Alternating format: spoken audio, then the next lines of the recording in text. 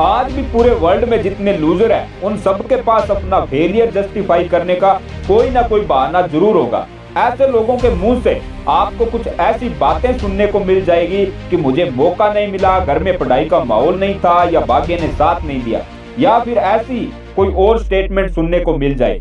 पर इनके उलट कुछ ऐसे लोग भी होते हैं जो अपने साथ हो रही हर अच्छी बुरी चीज के लिए केवल और केवल खुद को जिम्मेदार मानते हैं। जब ऐसे लोग कभी फेल होते हैं तो उनको सुनना वो क्या बोलते हैं कि मैंने मौके का सही फायदा नहीं उठाया, मुझे और ज्यादा पढ़ाई करनी चाहिए थी, या इस बार मैं अपनी मेहनत से अपना भाग्य बदल दूंगा, या फिर ऐसी मिलती जुलती कोई और स्टेटमेंट सुनने को मिल जाए। ऐसे लोग अपनी असफलता या फेलियर का कोई एक्सक्यूज नहीं देते और आगे चलकर यही सफल होते हैं।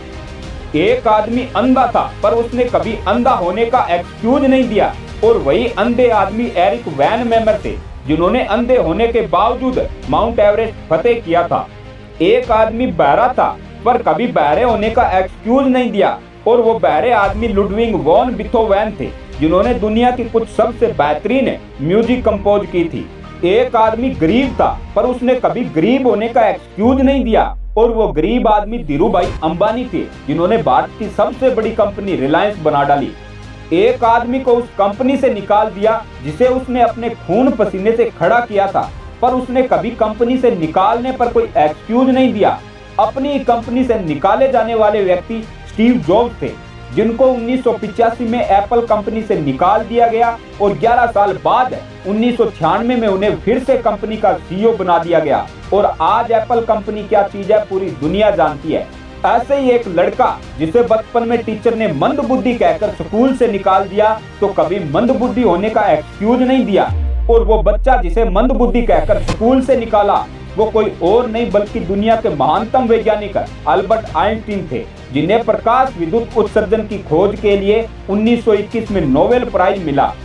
दुनिया में ऐसे हजारों लाखों एग्जाम्पल है जिनके पास हाथ पैर नहीं है फिर भी उन्होंने कंपनी खड़ी कर दी। अगर चाहते तो ये सभी सुपर सक्सेसफुल लोग एक्सक्यूज दे सकते थे, बहाने बना सकते थे, और आम लोगों की तरह अपनी कामयाबी को जस्टिफाई कर सकते थे, लेकिन उन्होंने ऐसा नहीं किया और ना ही किसी बहाने के पीछे छिपे।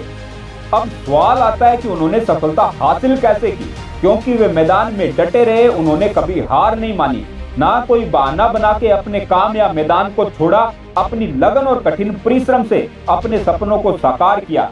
अब आप खुद सोच के देखो कि आखिर आपको सक्सेस होने से कौन रोक रहा है? कोई और नहीं बल्कि आप खुद हो जो खुद को बहाने बना के रोक रहे हो। ये बात मान के चलो, आप जितने बहाने बनाते जाओगे आपकी लाइफ उतनी ज्यादा हार्ड होती चली जाएगी। अगर सफलता की सबसे बड़ी कोई बाधा है तो वो है बहाने बनाना। आपको यह स्वीकार करना पड़ेगा कि आज तक आपको सफलता नहीं मिली, वह आपकी लापरवाही, आपकी कमजोरी, आपके आलस की वजह से, किसी और ने नहीं रोका आपको सफल होने से। अगर सफल होना है तो आपको खुद के ऊपर दया करना छोड़ना होगा और खुद के लिए कठिन होना पड़ेगा। और अगर आज भी खुद के लिए कठिन नहीं हुए तो बाद में आपका जीवन आपके लिए कठिन हो जाएगा, और तब तक इतना टाइम निकल जाएगा कि आप चाहकर भी कुछ नहीं कर पाओगे।